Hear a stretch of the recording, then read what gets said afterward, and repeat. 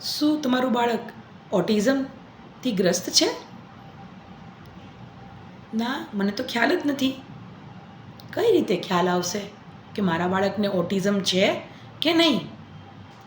બાળકને સ્પીચમાં તકલીફ હોવી, બાળક બોલી ના શકતું હોય, મોટી એજનું થાય તો બી કંઈ જ બોલતા ના શીખે, કોઈની જોડે કમ્યુનિકેટ કરતા ના શીખે, આઈ ટુ આઈ કોન્ટેક્ટ ના બનાવે, તમારા ઓર્ડર્સ ફોલો ના કરે, એમનું નામ બોલાવવાથી બી કંઈ પણ રિસ્પોન્ડ ના કરતું હોય, ટીપટો વોકિંગ હોય, બાળક એકલું એકને એક વસ્તુ રમે રાખે, બીજા લોકો જાડે રમવાનું અવોઇડ કરે, એની જ દુનિયામાં જાણે રહેતું હોય એવું લાગે,